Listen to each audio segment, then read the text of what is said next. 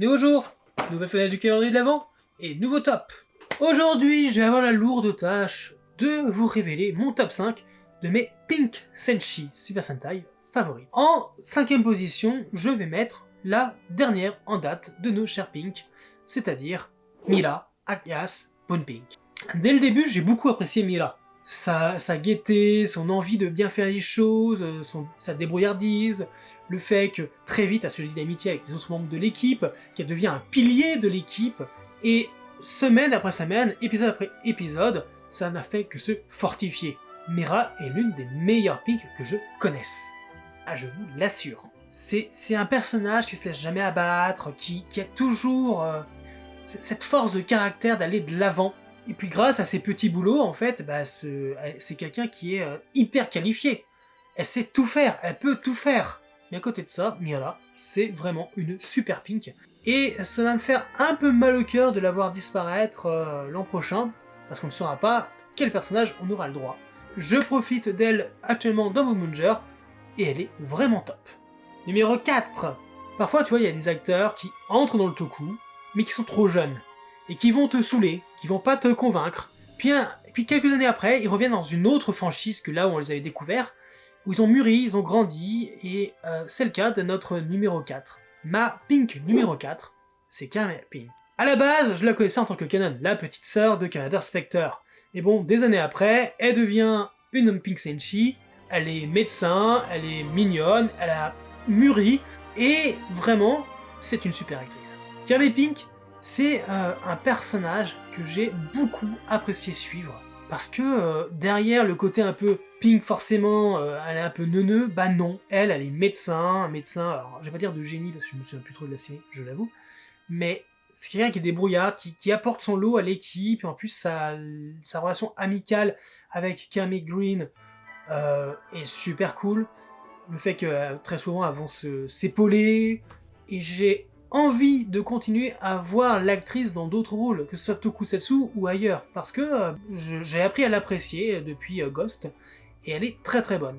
Et Kame Pink a été vraiment le rôle qui m'a convaincu que c'est une excellente actrice, et il fallait juste lui laisser du temps pour devenir adulte. Numéro 3, elle est badass, elle envoie son coup de pied dans la gueule de tout le monde. En plus, chose que très souvent on rigole avec ça, mais qui se passe réellement dans ce Sentai, eh ben Kyoryu Pink, elle se tape vraiment le raid de son équipe. Et même, pire que ça, elle va finir par avoir des enfants avec lui. Et des petits-enfants, arrière-petits-enfants, tout ça.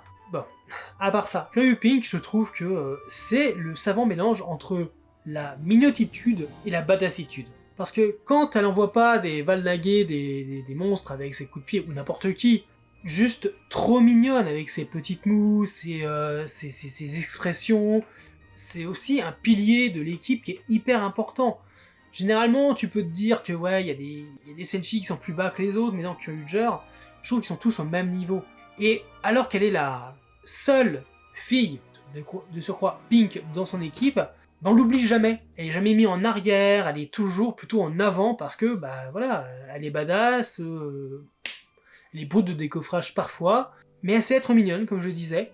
Et c'est pour ça que j'ai beaucoup apprécié le rôle, le personnage, c'était vraiment top. Qui plus est, j'ai été très heureux de la revoir ainsi que toute l'équipe lors de King Oger, les différents projets qui ont eu lieu autour, puis surtout le lien entre les deux séries qui était bientôt une petite vidéo sur le sujet, mais j'en dis pas trop.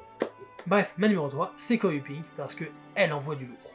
Numéro 2, bon, on reste dans les couples, Sentai, et puis surtout dans l'un de mes Sentai favoris, qui est Bokenger, je parle de Boken Pink, qui est un peu, bon, contrairement à la tradition où c'est censé être Blue, qui est un peu l'aide de camp, le second de Red, là c'est plutôt Pink, peut-être parce que ils ont été les deux premiers recrutés, et qu'ils ont formé un duo, très souvent. Un duo qui finira par devenir un couple, bon bref.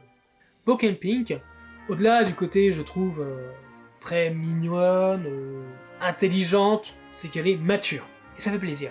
Même si à l'époque où je découvert Bokenger, bon, c'était déjà passé depuis belle lurette, bah ça faisait plaisir, quand tu regardes du Sentai, bah là, de voir quand même, peut-être, allez, on va dire, l'une des dernières Senshi Pink très mature, enfin plutôt dans le sens femme. En plus, c'est un personnage qui prend soin des autres, qui s'inquiète pour eux, qui tisse des liens, qui les épaule, enfin, qui les aide. C'est vraiment un personnage qui est inoubliable, je trouve, dans Bokenger. Enfin, toute l'équipe est inoubliable, de toute façon, vous allez bien le voir dans les différents tops. Mais ouais, non, Boken Pink, quand on me dit, vas-y, cite-moi une Pink que tu adores et que tu as envie de revoir dans un Bokenger 20 ans, 30 ans plus tard, moi je te dis, Boken Pink, faut qu'elle revienne. Boken Red et tout le monde. Mais tu me dis, forme une équipe de Pink, bah c'est mon top, tout simplement, hein, c'est mon top. C'est un peu de tout, hein, de la maturité, de la mignonitude, de la badassitude, de l'intelligence, voilà. Il faut donner la part belle aux femmes, parce que ce sont des êtres qui sont capables de beaucoup de choses, et même mieux que certains hommes, et Boken Pink l'a très souvent prouvé. Mais ma numéro 1, elle est tout aussi mature. Quoique parfois un peu cervelée, mais je l'aime bien parce qu'en fait elle a ce petit côté un peu, on va dire, maman poule. Bon, faut dire qu'elle a été professeure en maternelle. Mais c'est surtout une samouraï. Évidemment, je parle de ma number 1. Shinken Pink. Alors évidemment, le thème samouraï ça aide beaucoup, mais moi j'aime beaucoup Mako. Vraiment. Je trouvais qu'il y avait vraiment un truc qui se dégageait. Il y avait ce côté, donc je le disais, hein, voilà, un peu maman protectrice, mais aussi femme au foyer. Je ne le cacherai pas, pour moi, Shinken Pink et Shinken Red, il faut me le dire, hein, dans les années qui suivent, ou même maintenant, si vous me faites un 10 ans, 20 ans plus tard, qu'ils se sont mariés, qu'elle est devenue une Shiba, et qu'elle a assumé la descendance. Je crois que c'est un peu bizarre, parce que ça voudrait dire que la véritable héritière du clan Shiba serait grand-mère. Oui, non, c'est pas le sujet. Shinken Pink, moi je l'adore. Déjà, j'adore le costume, je trouve qu'il est très efficace, enfin, comme tous les costumes de Shinkenger. Mais voilà, Mako, je l'aime beaucoup pour tout ce que... En fait, j'ai rien d'autre à dire. J'adore Mako pour ce qu'elle est, pour ce qu'elle apporte à l'équipe, ce qu'elle apporte en dehors. C'est peut-être pas clair pour vous, mais voilà, je parle avec mon cœur, et c'était mon top 5 de mes Pink favorites. Je m'aperçois que je ne l'ai pas dit dans les 2 précédents tops que vous avez déjà vus, mais n'hésitez pas aussi à me partager vos tops en commentaire, hein. C'est hyper important. Et sinon, on se retrouve demain pour un nouveau top, et avec moi dans quelques jours. Bye, Cover.